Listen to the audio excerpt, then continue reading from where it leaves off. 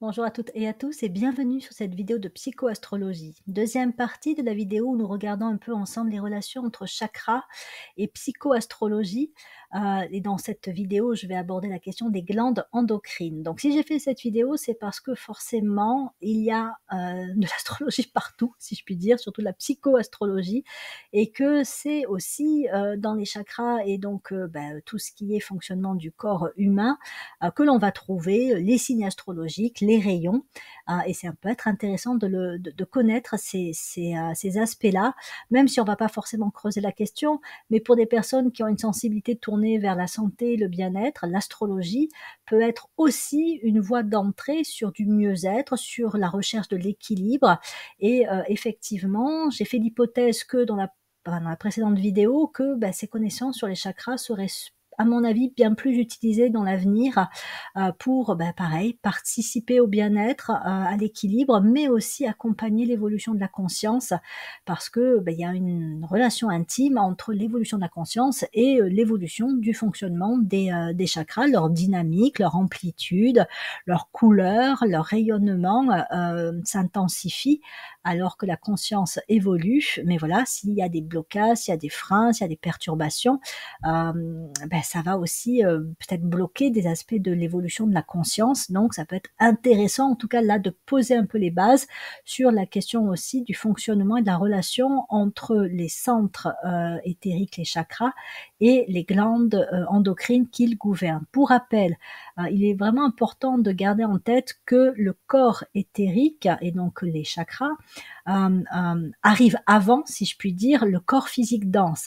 Le corps éthérique est le moule sur lequel se construit toute chose, pas seulement le corps humain, mais parce que tout a un corps éthérique, y compris les végétaux, les animaux et même les minéraux, et que le corps éthérique représente ce moule dans lequel va se développer la forme physique dense.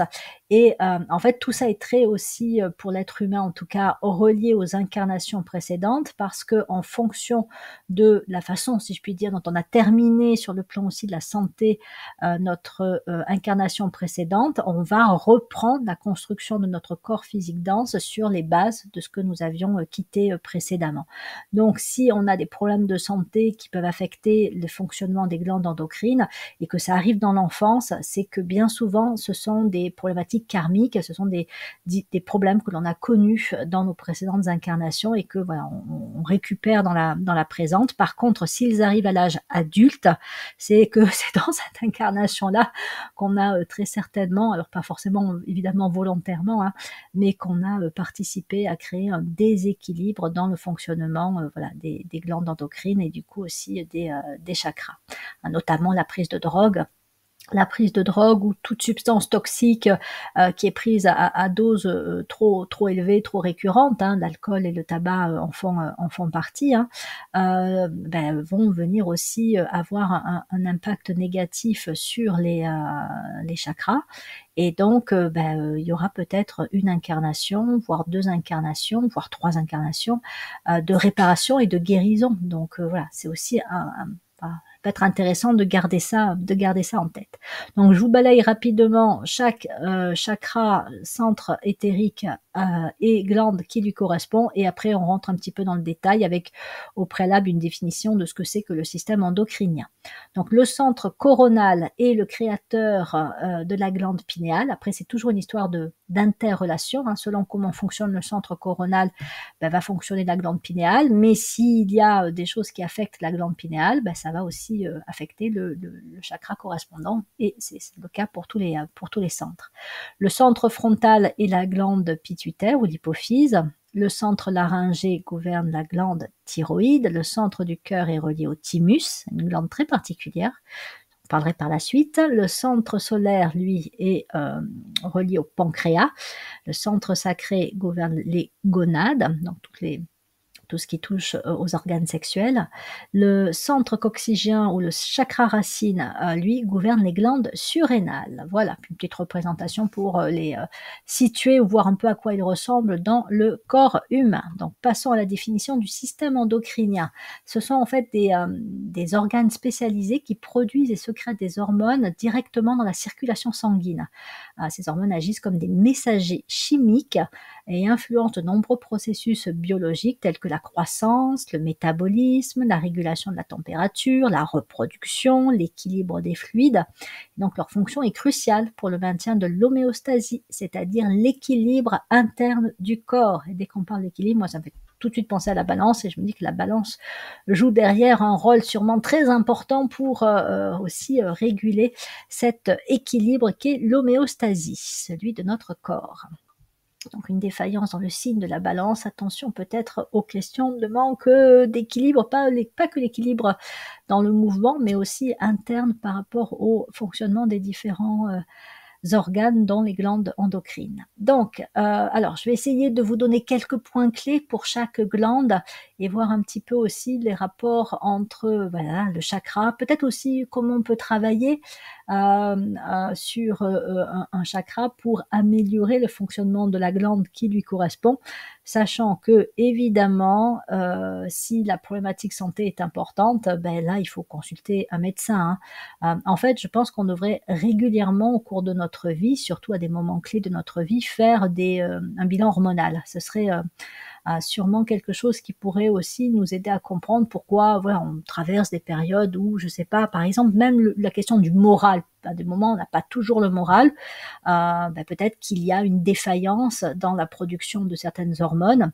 Bon, c'est bien connu que à la ménopause, particulièrement chez les femmes, voilà, il y a une chute de production hormonale et que ça peut entraîner la prise de poids, mais aussi les bouffées de chaleur. Hein, donc ça, on va voir que c'est très relié à une hormone, à une glande en particulier. Etc., etc. Donc, effectivement, faire un bilan hormonal, même à la limite quand ça va bien, juste pour être sûr ou juste pour voilà, parfois aussi anticiper, on pourrait se donner la possibilité d'en faire un tous les, je sais pas, 5 ans par exemple, si on n'a pas de soucis de santé majeur, juste pour vérifier effectivement ce qu'il en est. Bon, je vous dis ça, je le fais pas, hein, mais voilà, ce serait peut-être quelque chose qui pourrait être intéressant, important et dans de la prévention en fait, hein, pour éviter d'attendre qu'effectivement les problèmes de santé apparaissent et que là on se dise ah oui effectivement je suis en manque de telle hormone, voilà. Et donc bon, si tout va bien ou si tout va plutôt bien, mais que quand même il y a une petite problématique hein, du style bon j'ai plutôt un bon sommeil, mais là en ce moment mon sommeil est perturbé, eh bien on va s'intéresser à la glande pinéale, au chakra coronal et je vais vous proposer en guise d'exemple, après ça pourra être adapté aux autres chakras, un travail qui peut être fait. Donc justement, la glande pinéale, elle est située dans le cerveau, elle produit la mélatonine qui régule le rythme circadien et le sommeil. Si cette glande ne fonctionne pas correctement, elle va sécréter de manière inadéquate la mélatonine, ce qui peut entraîner des troubles du sommeil et des déséquilibres du cycle veille-sommeil. Donc ça, des fois, ça peut être aussi créé par un certain style de vie où on a tendance à se décaler. Hein. Des fois, ça peut être les personnes qui travaillent beaucoup la nuit ou ceux qui justement, enfin voilà, se couchent trop tard, etc., etc. Et donc, ça peut affecter la glande pinéale. Donc, ça risque aussi d'avoir un certain impact sur le chakra coronal. Après, le centre coronal gouverne aussi tout ce qui touche à la volonté d'être, de s'incarner et donc peut-être aussi que symboliquement, hein, c'est une hypothèse que je fais, des personnes qui auraient un excès de volonté ou à l'inverse, hein, puisque c'est toujours une question d'équilibre, un manque de volonté, pourrait peut-être aussi, à la longue, avoir entraîné un problème de santé au niveau de la glande pinéale. Et après, effectivement, le problème de santé au niveau de la glande pinéale rajouterait aussi, amplifierait la problématique sur le plan de la volonté.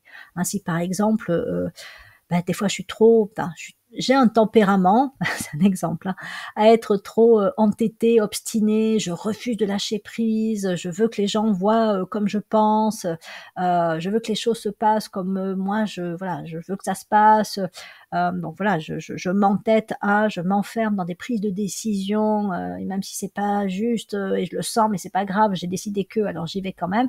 Mais, peut-être qu'au bout d'un moment aussi, ça peut justement, affecter le fonctionnement de la glande pinéale.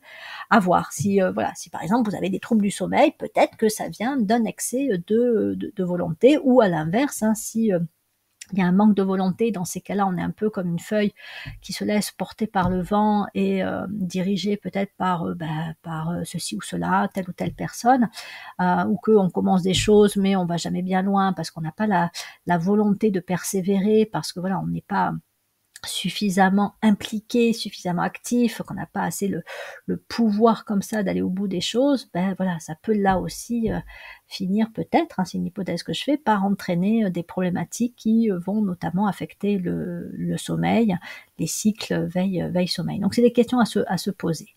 Je vous donnerai ma proposition d'exercice, hein, après avoir abordé le centre frontal et la glande pituitaire, appelée aussi donc hypophyse. Donc elle est située, elle, à la base du cerveau.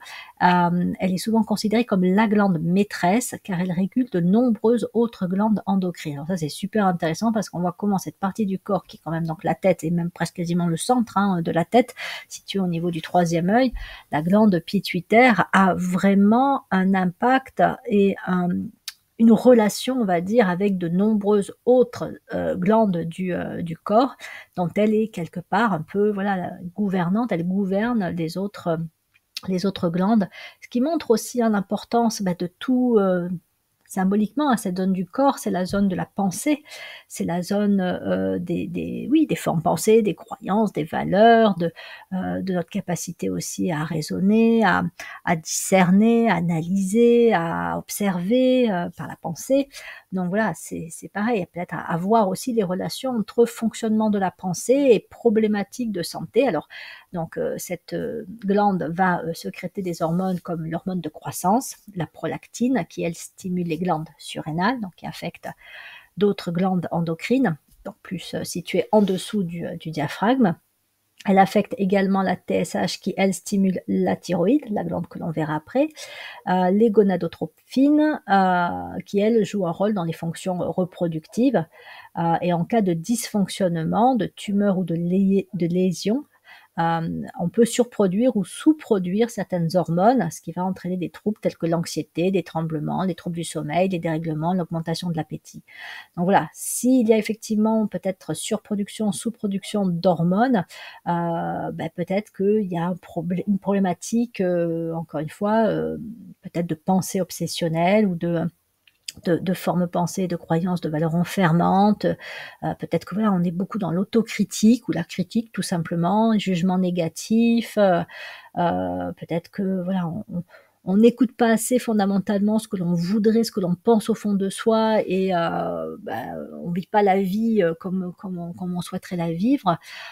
Et donc du coup, voilà, ça peut affecter aussi le fonctionnement des autres glandes et hormones, et pour le coup, créer des problèmes de santé qui sont pas directement reliés à la tête proprement dit. C'est-à-dire que voilà, on n'a pas des maux de tête, on n'a pas ce genre de choses, mais qui affectent, qui viennent quand même de cette partie, si je puis dire, de notre être et de notre psychologie, de notre physiologie. Donc à voir, voilà. Hein, tout comme peut-être aussi les maux de tête, hein, sont reliés à des pensées qui sont obsédantes, qui tournent en rond, bloquées. On n'arrive pas à sortir d'un mécanisme de pensée, on n'arrive peut-être pas à penser une situation de manière positive, constructive. Donc voilà, tout ça peut effectivement créer non seulement des problèmes au niveau de la glande de l'hypophyse, mais aussi donc des autres productions hormonales, mais aussi de la tête de manière générale. Et donc ma proposition de visualisation et d'exercice que l'on peut faire, encore une fois, si le problème de santé n'est pas trop grave, alors s'il est embêtant et qu'il faut aller voir un médecin, et avoir un traitement médical, on peut quand même aussi à côté faire ma proposition, hein, en tout cas tester, hein, vous verrez bien, hein, si ça fonctionne ou pas pour vous, si ça vous fait du bien.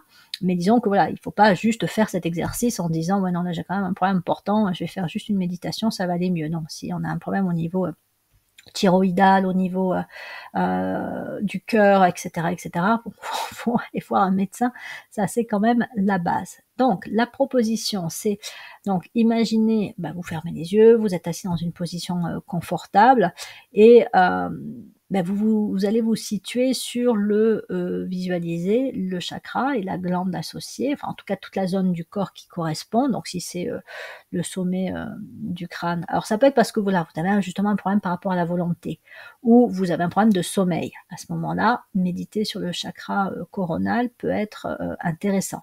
Vous avez un problème au niveau de, maux de tête, de pensées obsédantes ou voilà, ça a affecté peut-être d'autres hormones, mais vous savez, suite à un bilan hormonal, suite à voilà, la visite chez un médecin que, bah, il y a quelque chose qui, au niveau de l'hypophyse, ne fonctionne pas correctement. Donc dans ces cas-là, vous allez faire ce travail sur le chakra, le centre frontal, ajna. Et donc dans ces cas-là, bah, imaginez, hein, vous visualisez votre chakra, vous imaginez tout simplement une espèce de tourbillon de force avec votre corps éthérique qui enveloppe votre corps physique. Vous imaginez, vous cherchez à ressentir, peut-être même à entendre, parce que si je vous dis ça, c'est qu'on a tous des canaux sensoriels différents.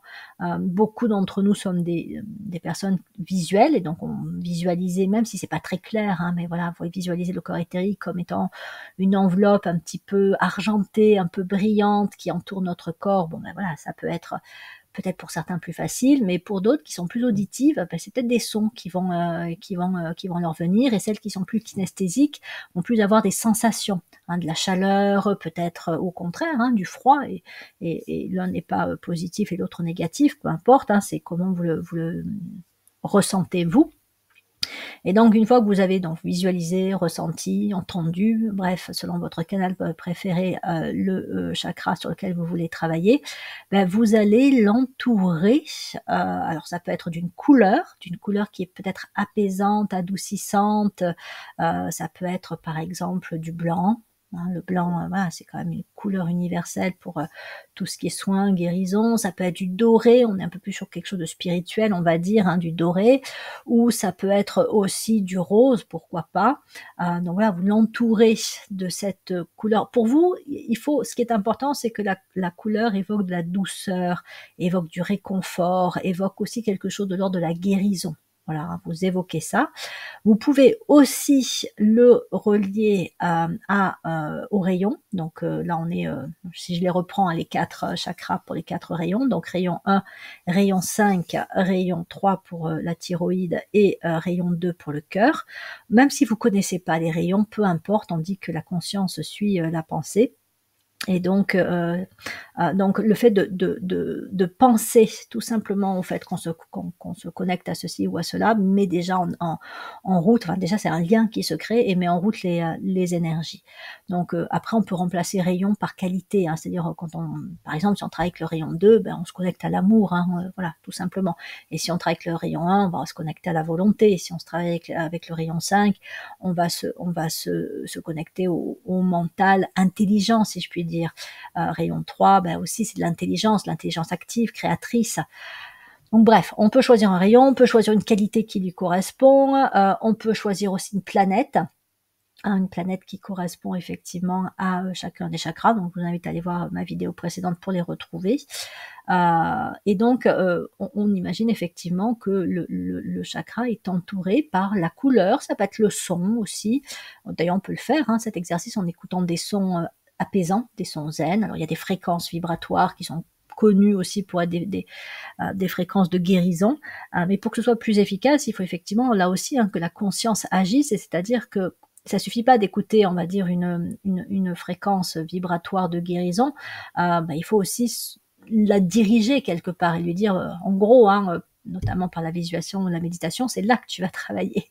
C'est là que j'ai besoin que cette fréquence agisse. Et donc, effectivement, écouter un son vibratoire, et je sais qu'il y en a de disponibles aussi, hein, sur YouTube, pour amener une énergie de guérison tout en visualisant sur quelle zone du corps, sur quel chakra ou quelle glande, les deux, chakra et glande, elle va travailler, ça peut rendre le travail encore plus efficace. Donc voilà, couleur, son, couleur qui évoque pour soi l'apaisement, la guérison, son vibratoirement aussi positif qui élève et pareil qui aide à harmoniser, à réharmoniser les choses, planète, rayon, voilà, vous choisissez un peu, hein. Vous pouvez mettre plusieurs éléments, mais attention, on a aussi nos limites en capacité d'imagination, donc ne surchargez pas votre votre corps astral, si je puis dire, c'est-à-dire la capacité à imaginer, sinon à un moment donné, l'énergie va s'éparpiller. Donc voilà, centrez-vous sur ce qui, pour vous,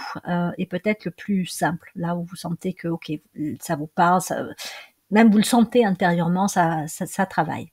Donc ce travail, encore une fois, vous pouvez le faire avec n'importe quel centre, n'importe quel chakra et donc n'importe quelle glande. Voilà, imaginez, voilà, c'est bien, toute cette zone-là est enveloppée pour que quelque chose de mieux se produise. Donc, j'en étais où? Je continue avec le centre laryngé. Donc là, on est sur la glande thyroïde, les parathyroïdes, hein, la zone du larynx, des cordes vocales, du palais, donc la voix, mais aussi tout ce qui est déglutition, assimilation des aliments, etc. Donc la thyroïde, elle produit des hormones thyroïdiennes, hein, T3 et T4, qui vont réguler le métabolisme, la température corporelle, hein, c'est pour ça aussi qu'à la ménopause, nous les femmes, on a des bouffées de chaleur, le développement. Les parathyroïdes sont 4 petites glandes situées derrière la thyroïde qui produisent la parathormone, régulant calcium dans le sang et les os. Donc elle a un rôle important aussi en rapport avec la solidité, si je puis dire, hein, de la structure osseuse du corps humain. Donc toute la thyroïde, ben oui, on est très en lien aussi avec la voix, l'expression, un rayon 3, j'avais mis la planète Saturne aussi, donc l'expression au sens large du terme, la créativité, ce que l'on exprime de nous dans ce monde. Et en cas de dysfonctionnement, alors qu'on peut avoir l'hypothyroïdie ou l'hyperthyroïdie, ou l'hyperparathyroïdie pour les parathyroïdes. Donc l'hypothyroïdie qui est donc une insuffisance du fonctionnement de la thyroïde, donc va entraîner une insuffisance hormonale, elle va ralentir le métabolisme, et donc là on peut se sentir plus fatigué, on peut prendre du poids, toujours pareil à la ménopause, tandis que l'hyperthyroïdie, elle, va provoquer un excès de production hormonale qui va accélérer le métabolisme, et là on peut avoir des palpitations, une perte de poids, c'est-à-dire voilà, on perd du poids alors que on n'a pas changé notre alimentation. Et pour ce qui est des parathyroïdes, l'hyperparathyroïdie, elle va entraîner une déminéralisation des os, c'est le calcium hein, qui fait pas, enfin c'est pas qui fait pas son boulot, mais voilà, ça fonctionne pas correctement. Hypercalcémie, l'hypoparathyroïdie, elle provoque des crampes musculaires et une hypocalcémie. Donc oui, voilà, c'est le calcium qui est pas correctement régulé, et donc il peut y avoir fragilisation quelque part des os, ou il peut y avoir aussi rigidification avec les crampes musculaires. Donc là, on peut aussi s'interroger sur notre usage de la parole, comment on s'exprime, qu'est-ce qu'on exprime, est-ce qu'on s'exprime suffisamment, est-ce qu'on dit ce qui est important, est-ce qu'on parle trop, de façon superficielle, de façon aussi négative, hein, peut-être qu'on emploie la parole à mauvais usage, hein, hypercritique, râler tout le temps, négativité, bon voilà, tout ça en fait va affecter hein, les fonctionnements du centre laryngé, hein, du chakra, et va affecter aussi le fonctionnement par la suite de la glande thyroïde. Donc voilà, à voir effectivement si on a des problèmes, même si effectivement on va se dire que en prenant de l'âge, on va forcément avoir des aspects de notre corps qui vont se fragiliser. Voilà, on perd, hein, par exemple, on perd en vision, on perd en audition, on perd en mobilité et en souplesse. Oui, puis quand on arrive à la ménopause, effectivement, le corps, hein, quelque part, est en déclin.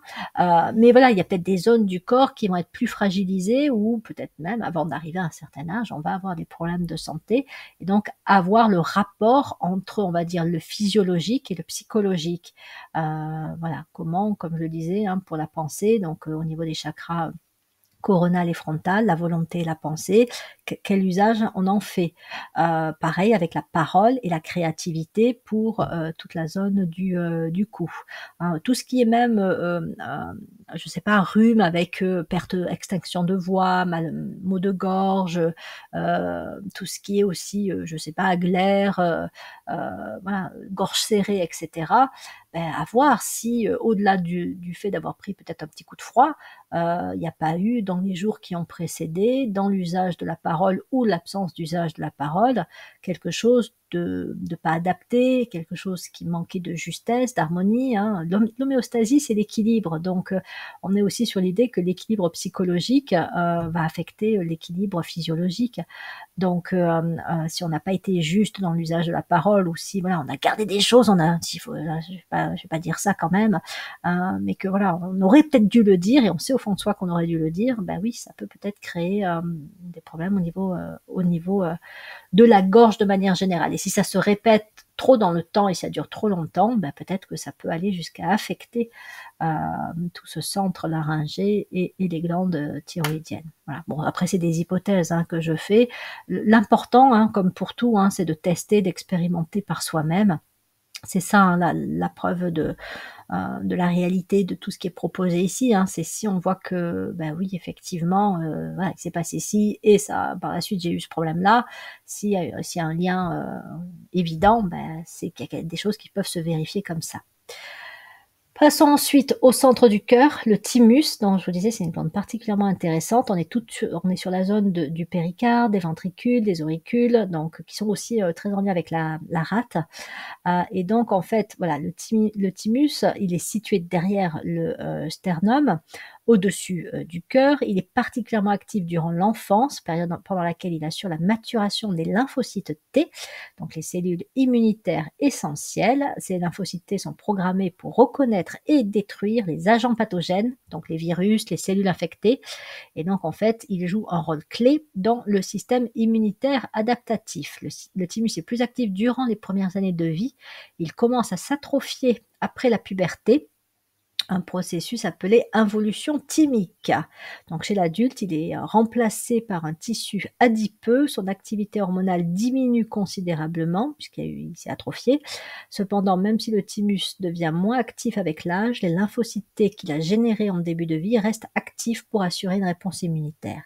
Donc là, il y a quand même un lien hyper intéressant qu'on peut faire entre le rayon 2, qui est donc le grand rayon d'amour, de sagesse, le Gémeaux aussi, qui est un des signes qui véhicule le rayon 2 et qui gouverne le thymus, et effectivement le système immunitaire, parce que quelque part, si on explore ce lien, on pourrait dire qu'on voit à quel point l'amour est ce qui nous protège. Il protège notre corps, il protège notre bonne santé, et effectivement, il assure la protection de l'extérieur, des agents pathogènes, de tout ce qui peut venir agresser, attaquer notre corps physique, et le mettre en danger. Voilà, un virus, un agent pathogène, c'est bien le rôle du thymus et des lymphocytes T que de nous protéger par rapport à ça. Et ce qui est intéressant particulièrement, c'est que effectivement, s'il est très actif pendant l'enfance,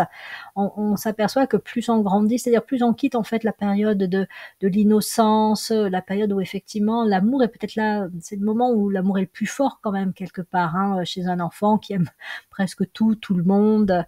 Voilà, à un moment donné, on est rattrapé par le principe de réalité, et donc cet amour diminue quelque part, ou devient peut-être plus mature aussi, je sais pas trop comment dire, mais du coup, on est bien aussi sur cette idée que voilà, le thymus va s'atrophier. Mais du coup, ça pourrait poser la question de qu'est-ce qui va en être si on développe notre capacité à aimer. Ok, peut-être que voilà, l'adolescence, forcément, on devient peut-être déjà un peu plus conscient du monde qui nous entoure, de difficultés aussi qu'on peut vivre, voilà, bon, des choses qui sont pas toujours très fun, hein, évidemment, dans la vie et donc on perd un peu cette capacité à être porté par cette énergie, d'amour comme le sont les enfants. Mais imaginez qu'on arrive à la retrouver à un moment donné, par l'évolution de la conscience, peut-être, hein, qu'à ce moment-là, bah, le thymus pourrait, continuer à bien, fonctionner et produire, ces fameux lymphocytes T et faire que, soit on arrivera à maintenir une très bonne santé, en tout cas à ne pas être, à être hyper résistant aux virus, à tout ce qui est, infection, venant notamment de l'extérieur, mais ça peut être aussi de l'intérieur, hein, parce qu'un cancer, ça c'est des infections qui viennent bien souvent de l'intérieur. Bon après ça peut être provoqué par des agents extérieurs évidemment, hein. Mais effectivement, on pourrait être un peu plus naturellement protégé par ce thymus et ces lymphocytes T grâce à l'amour qu'on peut ressentir, l'amour de soi, l'amour des autres, l'amour de tout, hein, de la nature, des animaux, etc., etc. Et peut-être aussi qu'on pourrait irradier cette énergie d'amour et participer aussi à la guérison de personnes, lieux, êtres, créatures qui, voilà, qui auraient, elles, peut-être, voilà, des soucis de santé, particuliers, soit liés à un manque d'amour, soit liés à d'autres problématiques aussi.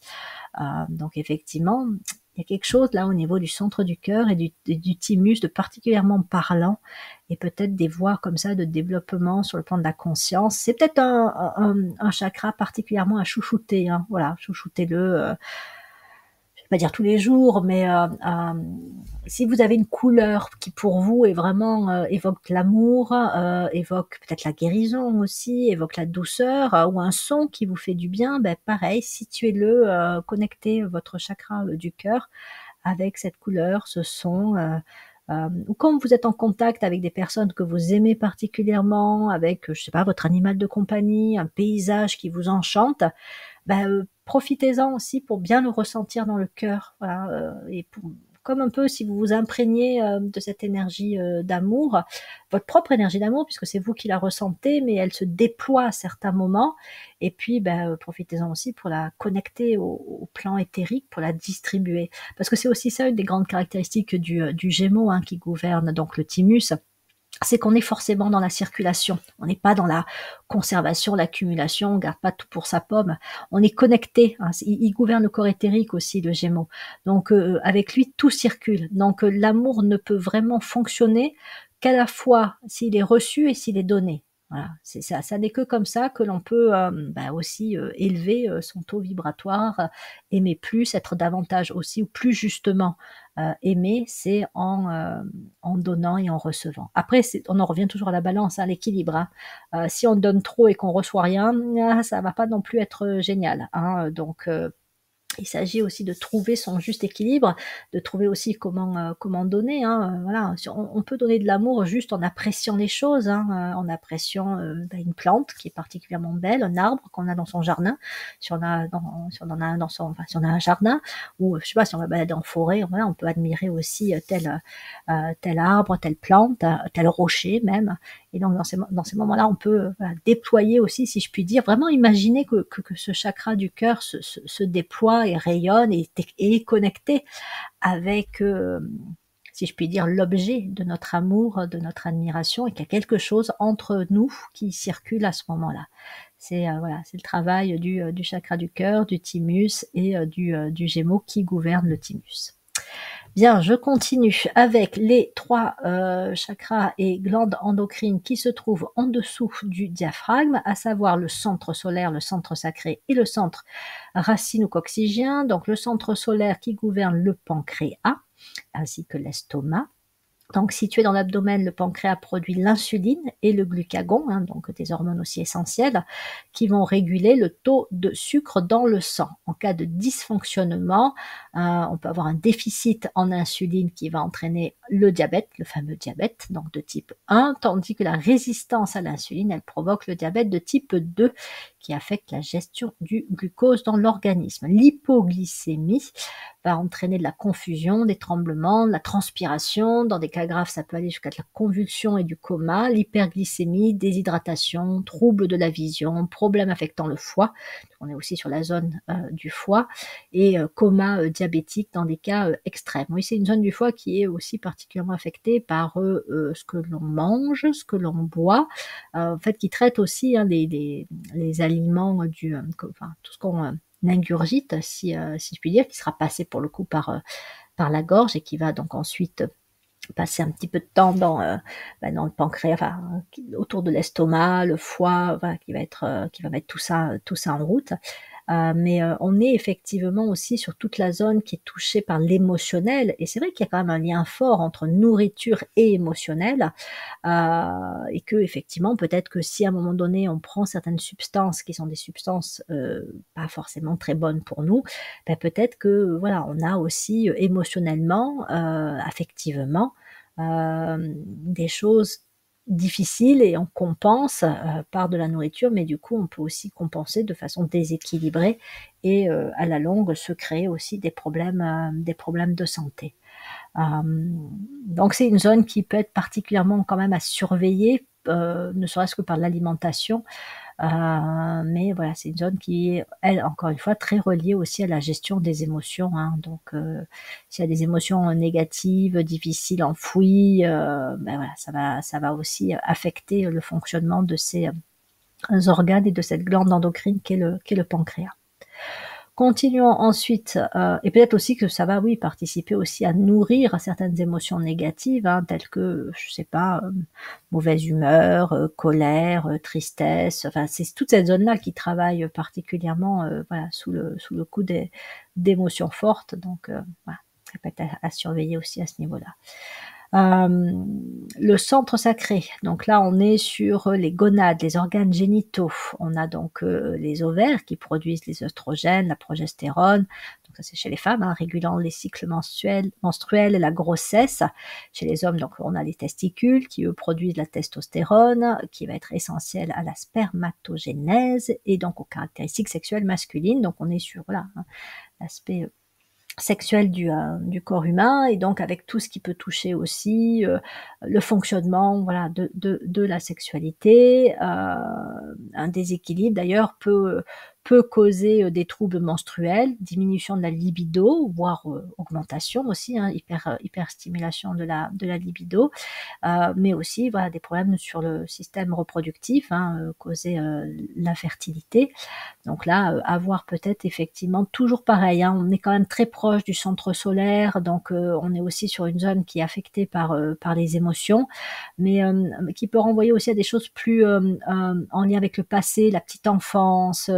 Bon, bah, par exemple, s'il y a eu un traumatisme sur le plan d'abus, on va dire sexuels dans l'enfance, forcément c'est cette zone-là qui va être fragilisée particulièrement. Donc ouais, il peut y avoir aussi des choses à comprendre ou à régler si on a voilà. Alors ça veut pas dire que parce qu'on a un problème d'infertilité, on a forcément vécu des choses traumatisantes dans l'enfance sur le plan de voilà, d'abus, mais voilà, il y a peut-être des choses quand même à réfléchir. Ça peut être le lien aux parents, voilà, il y a quelque chose d'assez basique, d'assez fondamental quand on est sur ces trois chakras qui sont donc en dessous du diaphragme, et ça renvoie bien souvent plus au premier temps, on va dire, de l'enfance, voilà, jusqu'à l'adolescence, et des choses qui n'ont pas été réglées et qui par la suite pourraient aussi créer des déséquilibres. Et puis comme je le disais, après il peut y avoir des mémoires karmiques aussi, hein, donc c'est pas forcément toujours dans cette incarnation qu'il y a la cause des problématiques, même s'il peut y avoir des reproductions après qui se produisent, reproduction d'événements pour pouvoir justement aussi se libérer. Donc le centre coccygien, donc le dernier chakra traité dans cette vidéo, donc on est sur les glandes surrénales, on est donc la partie rein, vessie, tout ce qui est organes éliminateurs, donc elles sont situées, ces glandes surrénales, au-dessus des reins. Elles produisent des hormones comme le cortisol qui aide à réguler le stress, et l'aldostérone qui, elle, régule les électrolytes et la pression artérielle. On est également avec des hormones telles que les catécholamines, adrénaline et noradrénaline, c'est plus facile à prononcer. Donc là, on est aussi sur quelque chose qui peut être très, comment dire, instinctuel quelque part. Enfin, ça touche aux instincts. L'adrénaline, c'est ce qu'on va mobiliser en cas de danger pour se défendre. Donc voilà, plus j'en ai ancré, plus j'en a aussi ce côté presque un peu de la nature animale quelque part aussi. Plus j'en pourra réagir aussi de manière adaptée, à condition aussi de ne pas être parfois un peu trop dominés, si je puis dire, par nos réactions instinctuelles, enfin, vraiment qui a trait à l'instinct. Mais voilà, le stress, on arrive aussi plus à le réguler si justement on est bien ancré. Hein. Si on est bien ancré, ben voilà, on arrivera à faire face à des situations stressantes. Alors, évidemment, ça dépend du niveau du stress, hein, enfin de la situation, mais l'ancrage aide quand même effectivement à gérer les situations peut-être problématiques ou enfin, source de stress. Et donc peut-être que la difficulté de production de cortisol peut venir de, voilà, si on a vécu trop de situations stressantes et là à un moment donné c'est plus possible, quoi. Enfin, il y a saturation, on n'arrive plus à gérer. Ou si on n'est pas assez ancré et que là, ben, effectivement, quelque part, peut-être qu'un manque d'ancrage, ça va donner les difficultés à produire du cortisol. Et effectivement aussi, peut-être l'adrénaline pour se mettre en route, pour peut-être des fois aussi, oui, changer des choses dans des situations stressantes, difficiles, arriver à démarrer, on va peut-être manquer de ça. Donc dysfonctionnement, insuffisance surrénalienne, hein, on va avoir des maladies spécifiques, hein, comme la maladie d'Addison, qui va provoquer fatigue et hypotension, un excès de cortisol, donc là on est sur le syndrome de Cushing, qui va entraîner l'obésité et l'hypertension. Voilà, bon ben voilà ce que j'avais à vous proposer concernant cette vidéo du lien entre chakra psychoastrologie, donc avec une proposition éventuellement d'exercice de visualisation, si jamais visualisation, audition, enfin bon, ce qui vous parle le plus, pour travailler sur ces chakras et donc les glandes qui sont associées. Donc j'ai encore plein de projets de vidéos là en tête qui me sont venus ces derniers temps, donc je vais vous dire à bientôt pour de prochaines vidéos de psychoastrologie et pour ne rien manquer, pensez à vous abonner, etc., etc. Et en attendant, je vous remercie de votre présence sur ma chaîne. À bientôt!